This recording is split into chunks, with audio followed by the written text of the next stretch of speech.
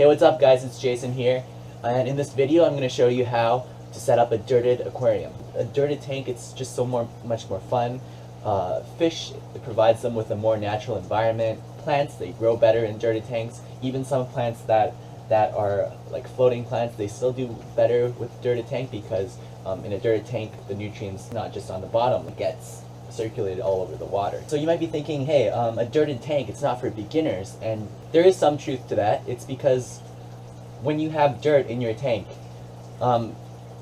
it's going to significantly increase the nutrients that's available in the water. If you don't have something to use it up like other plants, you're going to get an algae outbreak. And it's not uncommon even for intermediate people in this hobby to get an algae outbreak. In this video I'm going to show you how to prevent that from happening. So first, what you need is some gravel, some soil. You could get some Eco-Complete and stuff like that, but that's an entirely different video because that's not dirt. You can get aquarium soil. You can also, I use this because it's relatively cheap and it works. I use Miracle-Gro Organic Choice. It's an organic type of soil, so I would use this. Basically everything else, a clean tank, everything else you would need for a regular tank, like a heater, a filter. I'm going to take a filter from one of my other tanks so I don't have to cycle this tank, and some aquatic plants. I'm going to talk about the aquatic plants in a bit, but first you have to understand how algae forms. So the first thing you have to understand about algae is that it needs light to survive and to grow, and it needs a lot of nutrients in the water. Well, not a lot, but if you have a lot of nutrients, it's going to grow really, really fast. Algae forms because you have dirt in your aquarium. The nutrients from the dirt seeps up into the water column, and all that nutrients, it has nowhere to go, so then it grows algae. So in order to have a successful dirted tank, we need to limit the amount of nutrients that's floating in the water, and we need to have a way of eliminating the algae once it is formed. Let's talk about limiting the algae first. In order to not prevent that, but in order to slow down the growth of algae, you need a lot of plants. If you think about it, if you have a lot of plants, it's going to absorb a lot of the nutrients. It's going to outcompete the algae. Algae will still form, but it would form at a slower rate. You might be thinking, I'm a beginner, like how many plants do I have to buy? What I do is I don't buy a lot of plants, but I get the right type of plant. If you get the types of plants that are rooted into the soil, it'll take a while for the roots to actually establish itself and get into the soil.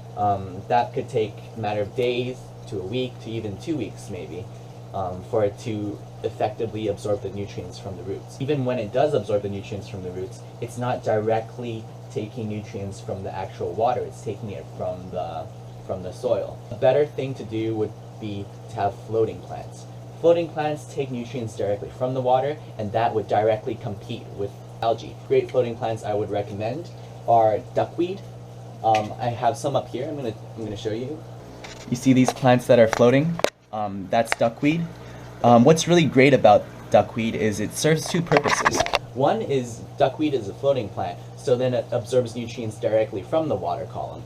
And second is that, as you can see, when duckweed propagates and it multiplies, it forms a layer on top of the water. Light does not penetrate as easily through the top of the water. That would make algae harder to grow. Another great plant to have would be water sprite and also water wisteria. Especially if you're a beginner, you're going to probably have fish like mollies or guppies. Water sprite and water wisteria, it's really good for guppies and mollies as well, and other live bears, because they like to breed, and when they do, the babies will have a place to hide so the mothers won't eat it. And I guess duckweed is good too. It provides a little bit of room to hide on the top. But yeah, that's that. Another great plant to have as well, it would be Java moss. Java moss is an excellent plant if you have guppies or mollies. You know what it is? It's this stuff over here. I have more in my shrimp tank. That stuff over there. Java moss is great. If you're a beginner, definitely have it. If you're not a beginner, definitely have it as well. The only thing bad about Java moss is you can never get it out of your tank, because then you're going to miss a little strand. It's going to come back.